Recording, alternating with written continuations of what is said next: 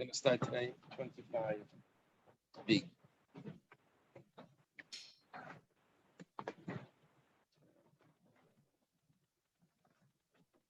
Okay, I'm at base. Okay, and where we're going to start exactly is it's about 13 lines from the bottom. The line starts daite. Ve'amar Rab Abba bar Zabda amar Rav. Rab Abba bar Zabda says the name of Rav. We had several quotes from Rab Abba bar Zabda in the name of Rav, and they're all coming in probably because Rab Abba bar Zabda said it, but they also have an internal significance. They're all about if you're chayiv in this, if you're chayiv in this mitzvah or not. Now it says, Rab Abba bar Zabda says the name of Rav, Chosan v'sheshvin and v'chol b'nei achuppah p'tur min ha'sukkah, kol shiva. The Chosan and the wedding friends, the sheshvin and people that agreed to participate in this wedding, but there's like sort of an obligation to the Chosan to participate back, to return the favor and participate in their wedding. They're called sheshvinim. What would you call them? The groomsmen or something. Is this the Unterfahrer? Yeah, I'm not sure. I'm not sure. I'm not sure either. Yeah. I'm not sure if it's exactly that. The people that are close to the Chosan, they're exempt from Sukkah for all 7 days of the holiday.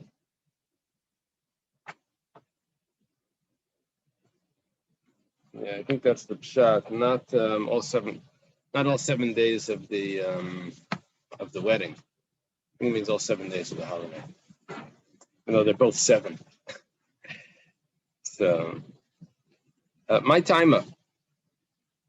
What's the reason? It says Mishum Devoy Lemechte Velechlu Devoy Lemechte. Because they need to rejoice. They have a mitzvah to rejoice.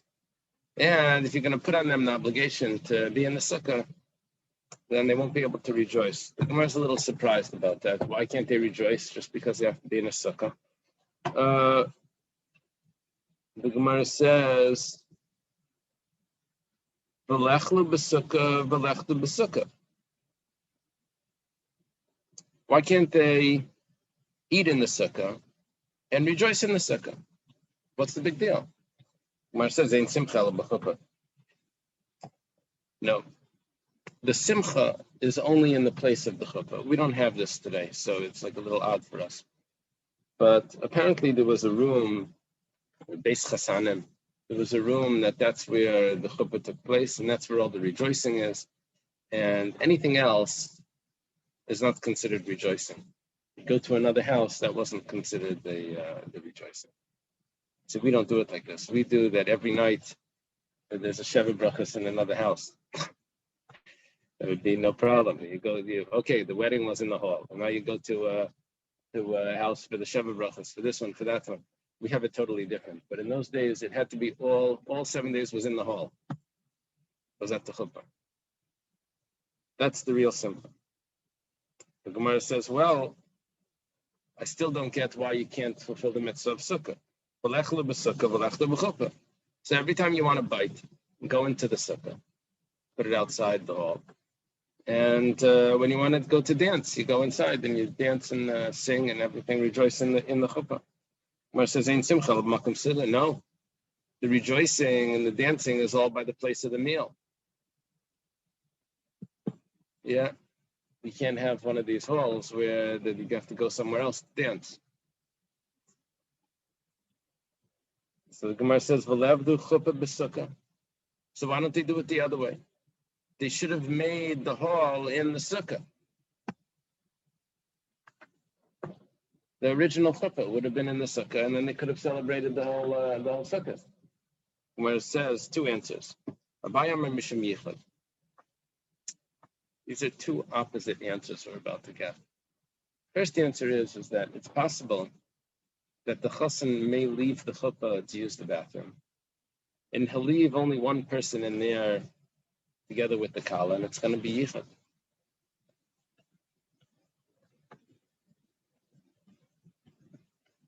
Yeah, why don't we have this problem if it's inside? Maybe the sukkahs were like on the roofs. That's what Rashi says. So it's possible that no one's up there, but there wouldn't be yichud if it was on the ground floor. It would be still be open, but on the roof could be yichud. Yichud, yeah, be secluded with a man and woman together. And now it's a married woman. She's just married the last few days. Rabba Amar Mishum Tsar Chassan. Rabba says that there's another issue, that the chassan is going to be uncomfortable. Sort of like the opposite issue. It's the opposite issue. He's going to be uncomfortable. He wants to rejoice with his kala. So he probably wants to be affectionate. And there's people there. He's going to be uncomfortable the whole time if it's in the sukkah. I don't know what's the difference if it's in the hall. If it's in the hall, why is that any better?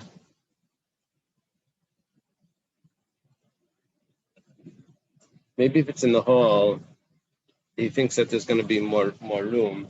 He'll be able to go sit off on the side table while everyone else is, he'll go over to the women's side, and while the men are partying, something like that. But in the chuppah, it's going to be there's no other table to go to. In the sukkah, there's no other table to go. My binayu, what's the difference between Abaya's reason why they can't rejoice, why they can't have the chuppah in the sukkah, and the Rabba's reason? It could be now the shlichi inchi the nafki va'ayli lahasan. Let's say it was the type of sukkah that's in a location where people are always coming and going. If the issue was to make the chuppah in the sukkah was a yichud issue, that the chassan may leave and leave his kala with one of the men. But there's no problem. Leka. There's no yichud because there's always people there, right? Like there's no yichud in an elevator. Let's say in the elevator there's another lady there, so it's not yichud because the door opens all the it keeps opening. It's not you're not considered secluded. It's stuck, right? So when that question will be stuck like. And Lechashin and Lamisa. The Kiyas Hanayt. Lamanda Mishum Tsar Chassan Ika, but according to the one that says that the chassan is going to be uncomfortable, so now the chassan is going to be more uncomfortable. There's always people coming and going. Okay, Amar Rab Zera. Rab Zera says, "Ana achli b'sukkah v'chadi b'chuppah." Rab Zera tells us when his wedding took place. Took place Erev Sukkot. And he ate in the sukkah and he rejoiced in the chuppah. He did exactly what they told us doesn't work. He says, I was much happier because I was able to be yaitz both. I wanted to be yaitz in the midst of sukkah, and I did that by eating in the sukkah. I wanted to be misameach the chassan kala. He was the chassan. And he said that he did in the chuppah. Okay. Taner Rabbanan, stood in a brisa.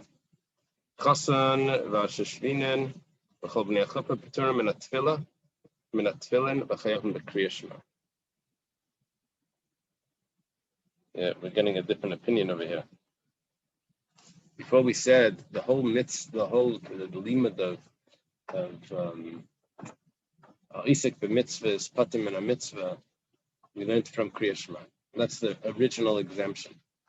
Now we're having an opinion that says the chassan and the sheshchinen, they don't have to daven because davening takes concentration. They don't have to put on tefillin because they're a bit rowdy and it's not appropriate for them to be tefillin when they're drinking. But they have to say Shema. We're not concerned that they can't concentrate. Why not? Because Shema is just one pasuk. You can't concentrate a whole davening, but you can stop for a second and say Shema. What's the other issue? tefillin, they're being a bit rowdy. Well, they can stop for 1 minute. They can control their rowdiness and recite Shema.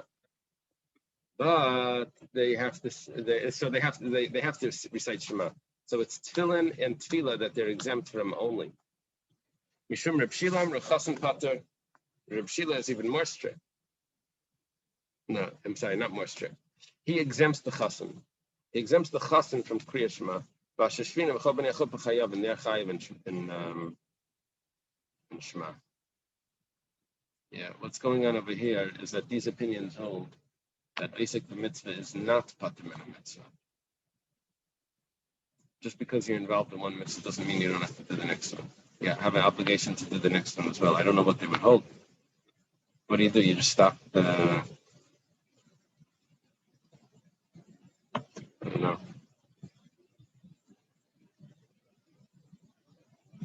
Okay, take a look further. Tanya was taught in a brayso. Amar Rab Chananya ben Akavya. It says like this. Moshe, listen to this.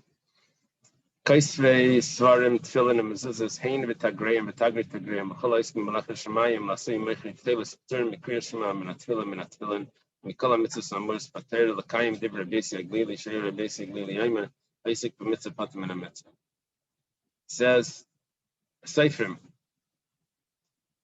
of Sifrei Torah, of tefillin, of mezuzahs, the Seifrim themselves, the merchants, the brokers that sell their tefillin and mezuzahs, and anyone else that's Isaac b'malach hashamayim, anyone else that does the work of heaven.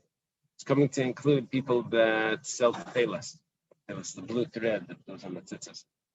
All of them are exempt from Kriya Shema, from tefillah, and from tefillin, from all the mitzvahs that it says in the Torah. Because they're involved in a mitzvah. Very surprising, no? Every Judaica store is exempt from tefillah. No, now it's talking about because they're involved in supplying people with tefillin, so that exempts them from these other obligations.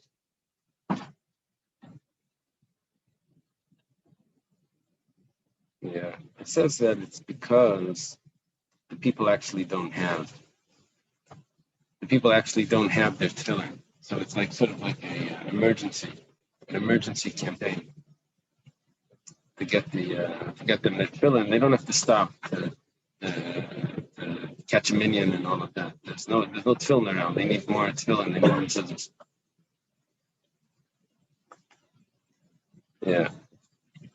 Rabbi Lipsker from Bell Harbor would make a big deal about you say that you really want Mashiach.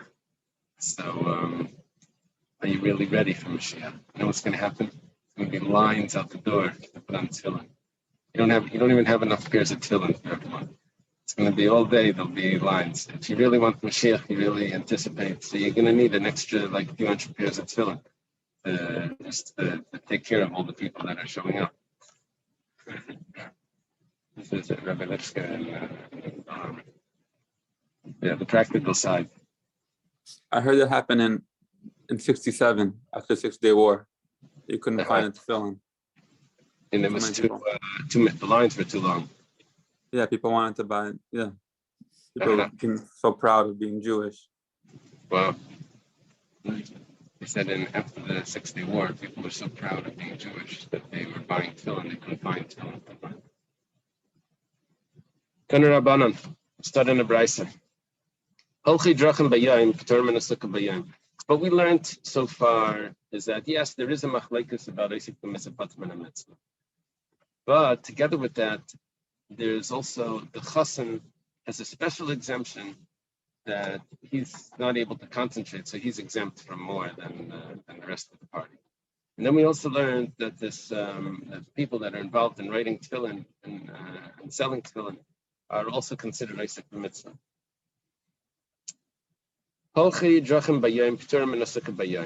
Travelers that travel by day.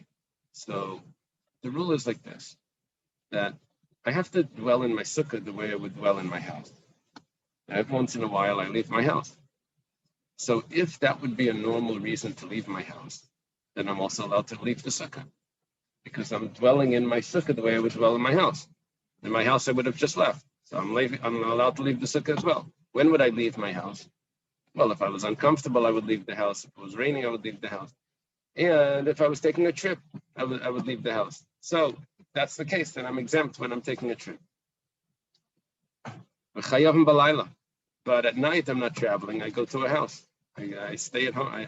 Not at home, but a hotel. I stay in a house. So I have to go find the sukkah at night. Let's say people that are traveling at night. So they're exempt at night because if it would have been their house, they would have left. However, but by day, why are they traveling at night? Because they want to get home. So when they're home, they're not traveling, they need a sukkah. Talking about eating and sleeping.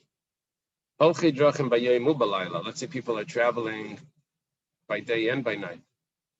They switch off drivers. So mitzvah. Let's say they're going for a mitzvah. Wow. They're not even traveling. They're only traveling, let's say, by day. They're exempt by night as well. And the reason for this is because if they would have to put in effort to find the sukkah, that's going to take more effort. They may becoming difficult for them to perform the mitzvah.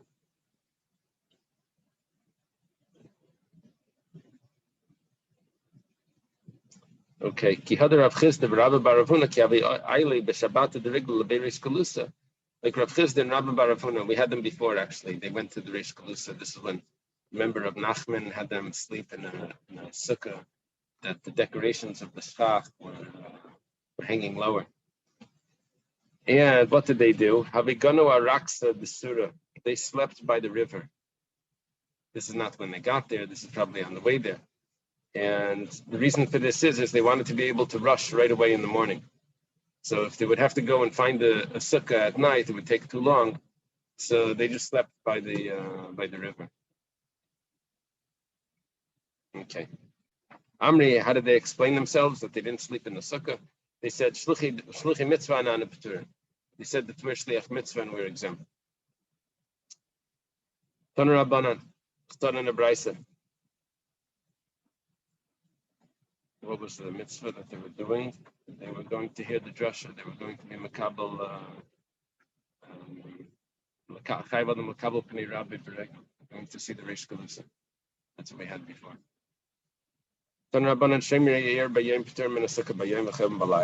People that guard the city by day are exempt because they're at work.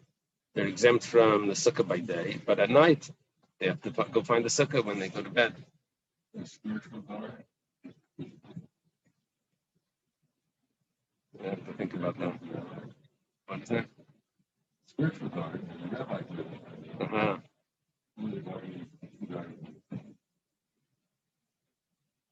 Yeah. Remember that there's a medrash about that. Who are the guardians of the city? It says the children, it says the Torah scholars.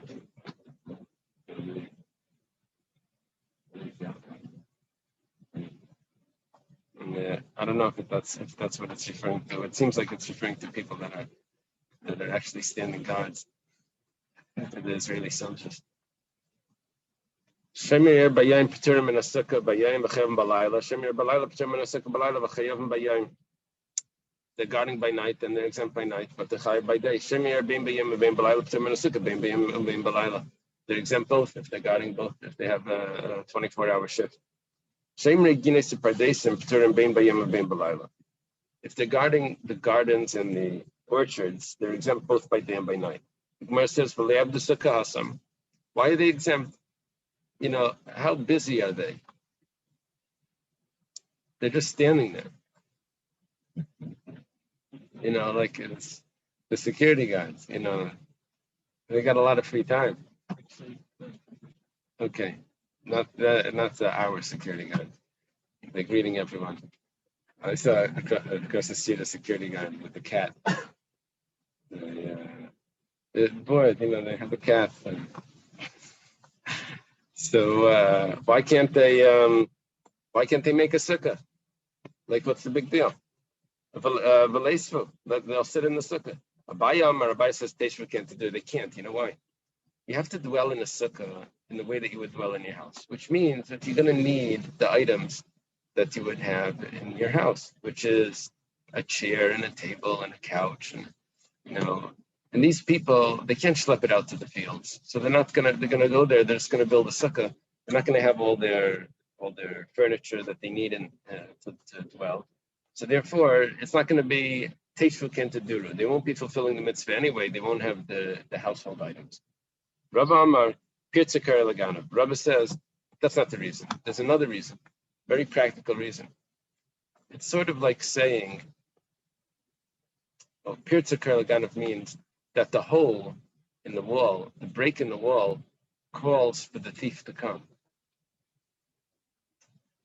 And what it's referring to is that if everyone sees that the guard is busy in his sukkah, so they know that's right behind him, he's not looking. If everyone knows that the guard davens along Shemoneh Esrei, so they'll know that during the Shemoneh Esrei is the time to go in and take everything. So they know that he's in the sukkah. They know he's not washing. My benai, what's the difference? It could be benai or the kaminta karya the peri. Let's say he didn't have to watch a whole field. Let's say he just has to watch a pile of fruits. So for that, the sukkah is open on one end. So he could put the sukkah right in front of it and he sits there. But if he has to watch all around, so then he can't have a sukkah because it's going to be blocked by three sides. Okay.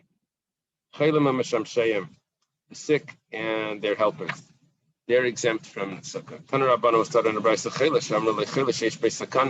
We're not talking about someone that's a chila sheish beisakana, a dangerous ill person. A dangerous ill person, of course, is exempt. He can be machal Shabbos.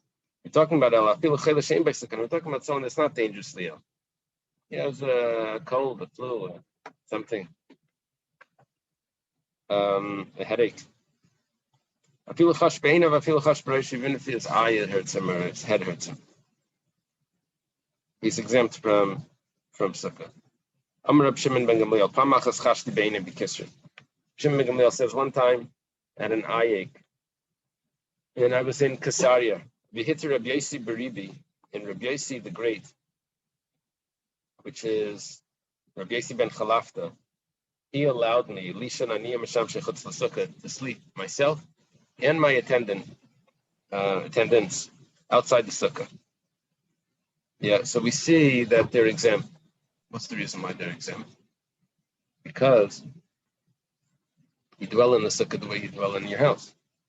And if something would be bothering you, you would just walk out. Who would walk out? Yourself and your attendant would go with you.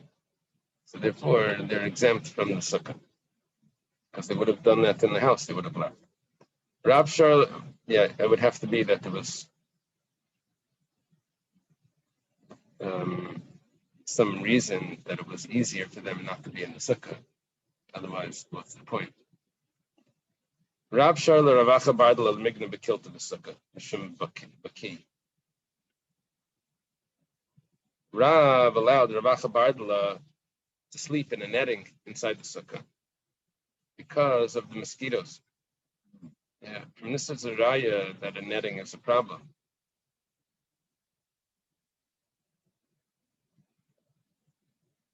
Yeah, we had before a machlekes. Over here, if it's 10 tefachim tall and it has a roof, then we sort of said that it would be a problem. The netting would be a problem. And nevertheless, Rav allowed him to sleep in the sukkah, to sleep in the sukkah. Why do you have to be in the sukkah at all if he's exempt? Yeah.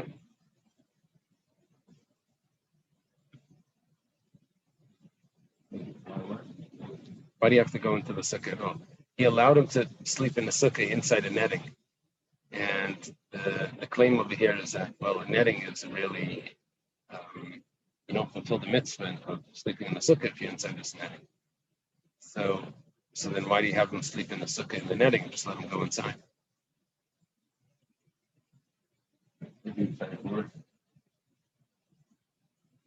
Uh-huh.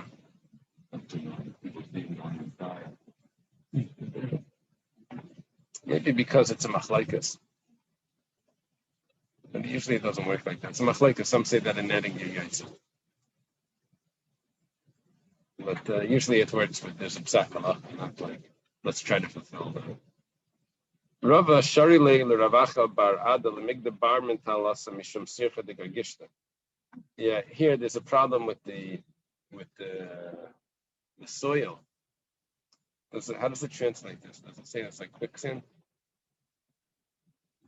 It was white sand, and what would happen? It smelt, or it would like sink in it? It smells. Yeah, sircha sounds like smell. Gargishta means like mud and dirt. So he allowed Ravacha Bar Ada. Rava allowed Ravacha Bar Ada to go outside of the sukkah because of this soil that was in the sukkah. Rava follows his reasoning that he holds that if the sukkah bothers you, something in the sukkah that bothers you, then you're exempt from sukkah. Gemara says, 1 second. How can you say that if there's something that bothers you, you're exempt from sukkah? We learned in our Mishnah, only if someone was ill, not if someone had a discomfort.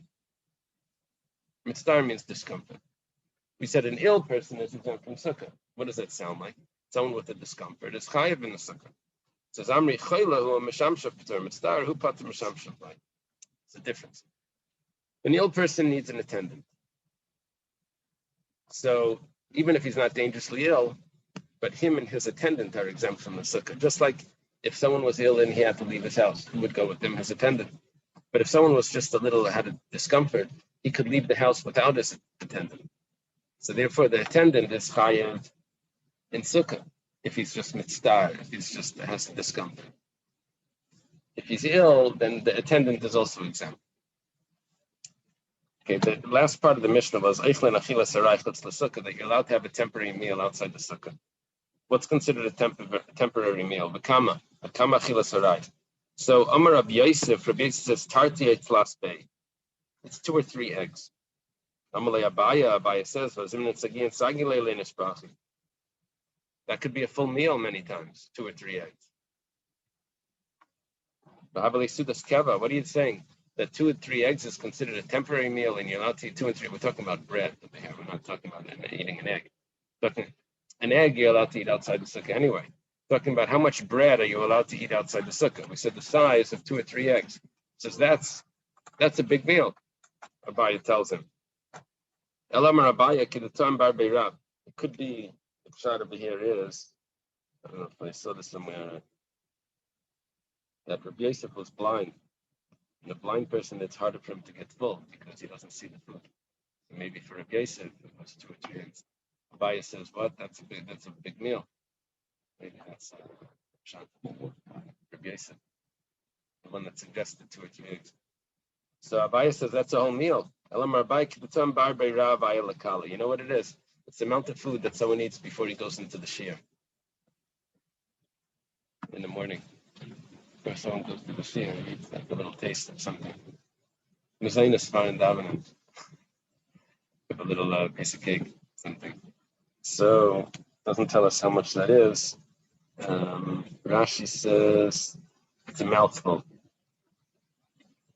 Just 1 mouthful. They had a whole breakfast. Oh, that's a mouthful. Okay.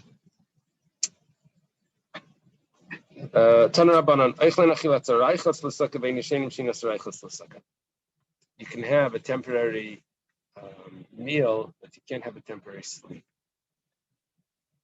You hear this? Sleep is much more strict outside the sukkah.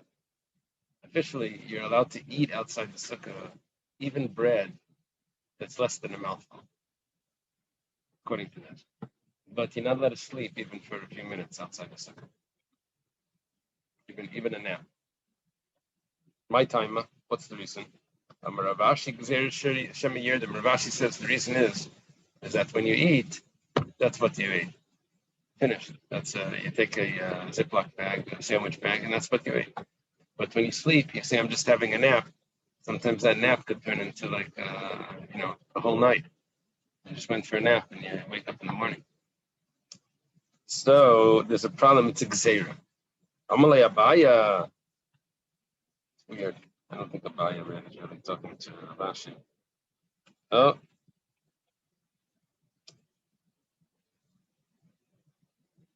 On the side, on my Gemara, I have a note from Rabbi Shaya Pick, Rabbi Shaya Berlin. It says that there was an earlier Ravashi. It says it's impossible that Abaya was able to speak to Ravashi because Abaya apparently passed away before Rava. And on the day Rava died, Ravashi was born. So it can't be that Abaya had a conversation with Ravashi. So it must have been an earlier Ravashi. Abaya says, Alahad Tanya, but it was taught in a brayse. Yashna them shinas arai betfilin, abalei shinas kavod. Doesn't make sense. Your answer says, if the issue is that you may end up falling into a deep sleep, then why are you allowed to have a temporary nap in tefillin? It says you can't have a full sleep in tefillin. You can have just a nap in tefillin. If the concern is that you may fall into a deep sleep, so what's the difference of sukkah and tefillin? The reason why you're allowed to sleep in tefillin, that's because he asked someone else to wake him up. So, Maskefler of Misharshia, Arba Tzaref.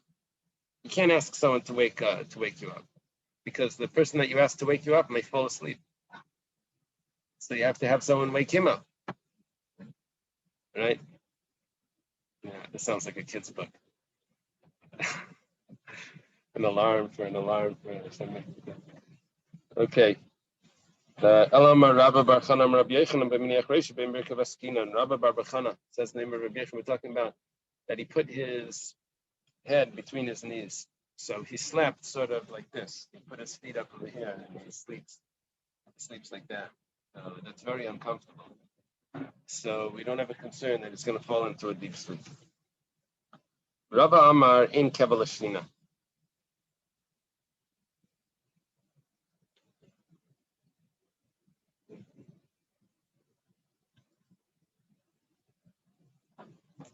Rabba says, he says in Kabbalah Shina, what he really means is in Arai Lashina. He says that there's no such thing as a nap. A nap could be like a full sleep. You could take a power nap and you're fully refreshed. So there's no such thing as a temporary sleep. Well, a little nap could give you like a full, give you all the strength that you need.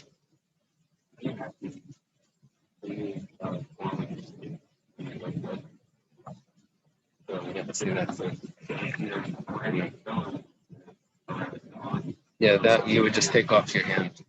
You would just take it off your hand. Yeah, we'll see in a minute.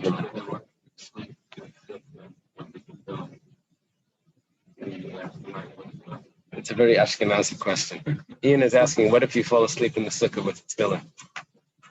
Yeah, Hasidim don't wear the tefillin on sukkah, but Ashkenazim do. So we don't have answers to that. That's right.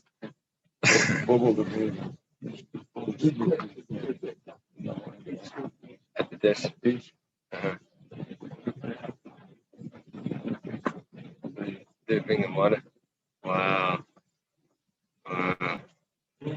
He said the Baba Rebbe would fall asleep at the dish. Everyone would wait.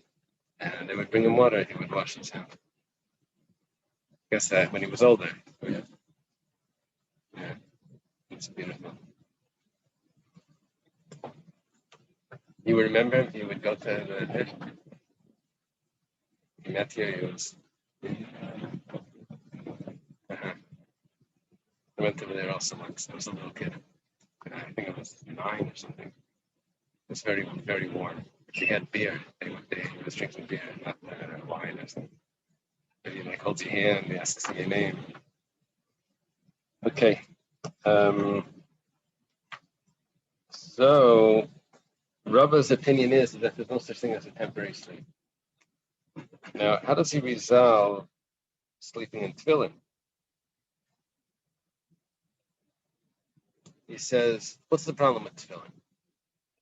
Tefillin, you're not supposed to have a full sleep because the body won't be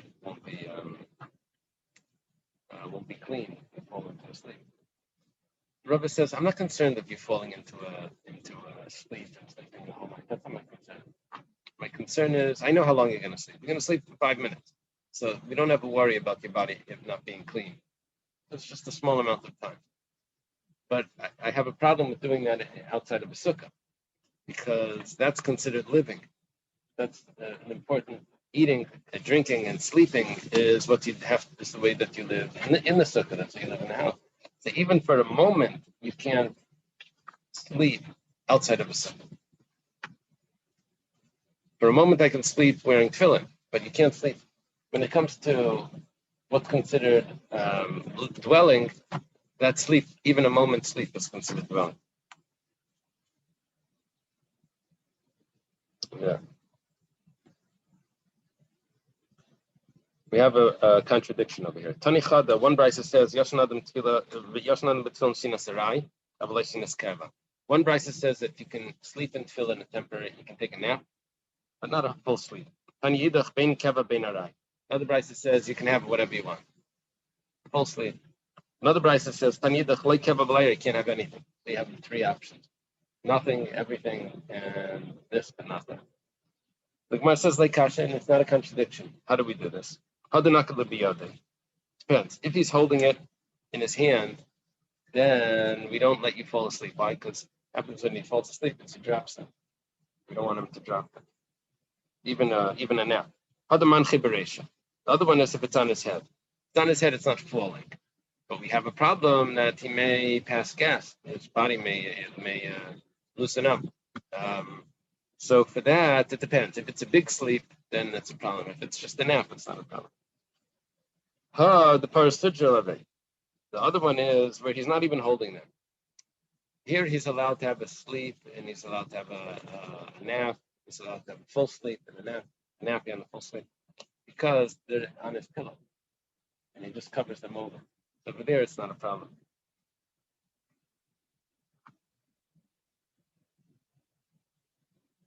Okay. The Kamashina Sarai. How large or how small is a nap?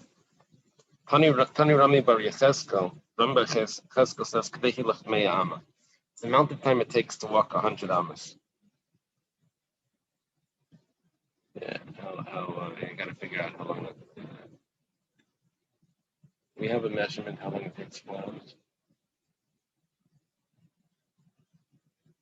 You know how long you're supposed to wait when you take 3 steps back. If you don't have a minion, you take 2 steps back, you wait the amount of time it takes to walk 4 hours, and then walk forward. Like a few seconds. So 100 amas is 25 times a few seconds.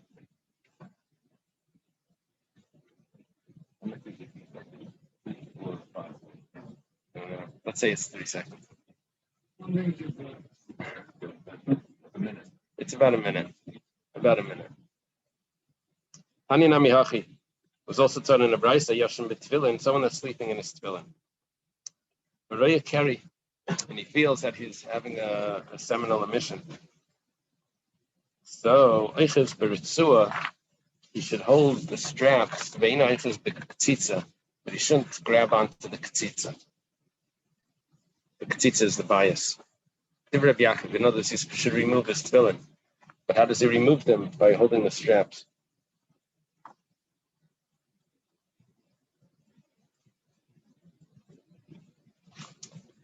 Chachamim say that a person can sleep in his tefillin shinas arai. It's interesting this brisa because it doesn't look like he's discussing what the Yaakov just said, like he's responding with something else. He's allowed to have a temporary sleep, but not a permanent sleep, not a full sleep. The kamashinas arai. Well, how much is a small sleep? Okay, same thing that we said. Amar Rav says, Ashaladam Lishan Bayam Yesmishinas Asus. Rav says that you're not allowed to sleep by day more than the amount that a horse sleeps. You won't believe why not. Why are you not allowed to sleep by day? Rashi? Rashi says in Pnei Bittul Taira. Yeah. I have a question on that. What about by night? By night there's no Bittul Taira.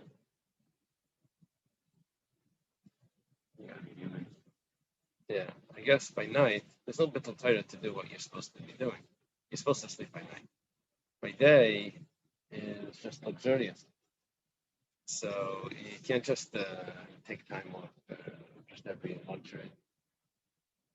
I guess that's the shot. How long does Kamashina says? How long does a horse sleep? That's what you're allowed to have sleep by day. Shita Nishmi, 60 breaths. How many breaths does a person take a minute? Depends. 12 to 20. So that would be 3 minutes or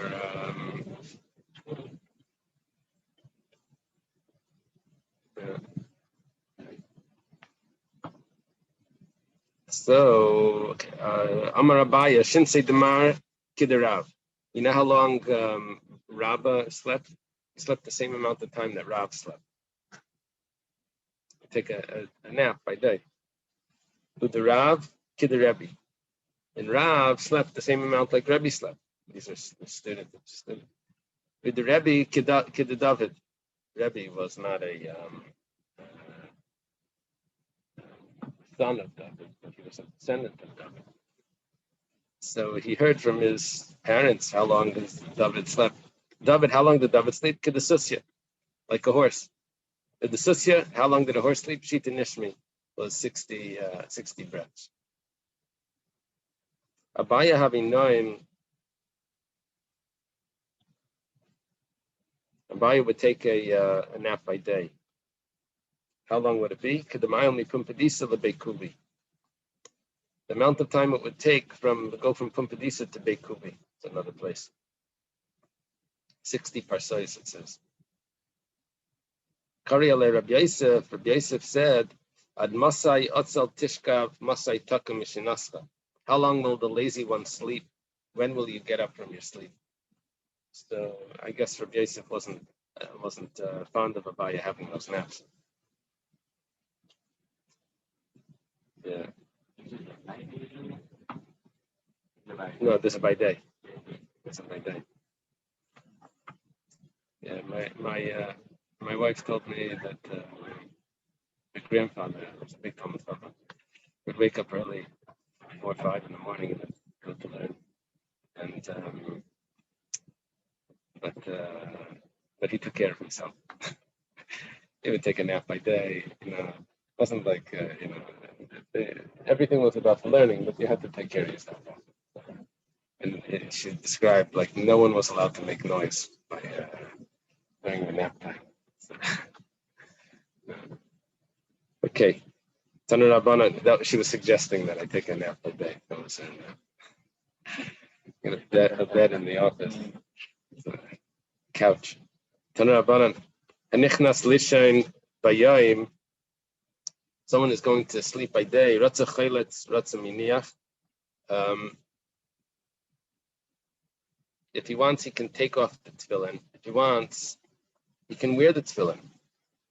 Balayla, but if he's going to bed by night, talking about it would probably be a Shina Sarai. That's why you're allowed to have this wear the tefillin. Then he's chayletz veina miniyah. Then he has to take off the tefillin, and he's not allowed to put on tefillin if he's going to sleep by night, even if it would be a small nap. Why? He may change his mind and just continue sleeping. Dibur Reb Nassim. Rabbi Yossi Omer, hayoladim la'ilam chaltzim.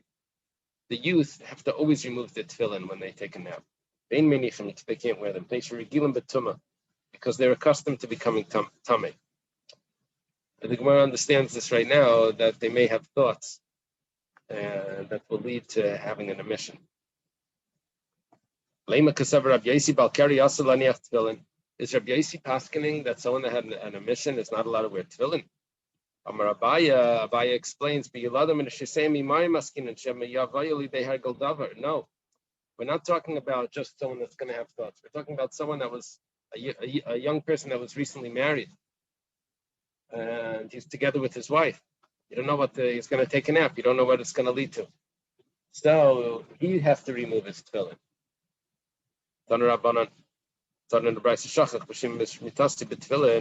If someone forgot that he was wearing tefillin and he had relations with his wife, he can't touch the ritzua or the k'tzitza chi'it al yado. The k'tzitza is the house, the box of the tefillin, until he washes his hands, and then he takes them off. Because the hands are touched in different places that could be dirty. Before we had Araya Carry, we said that you could hold the ritzuas. Here, when he's together with his wife, then he can't hold the ritzuas either. Okay, let's leave it over here.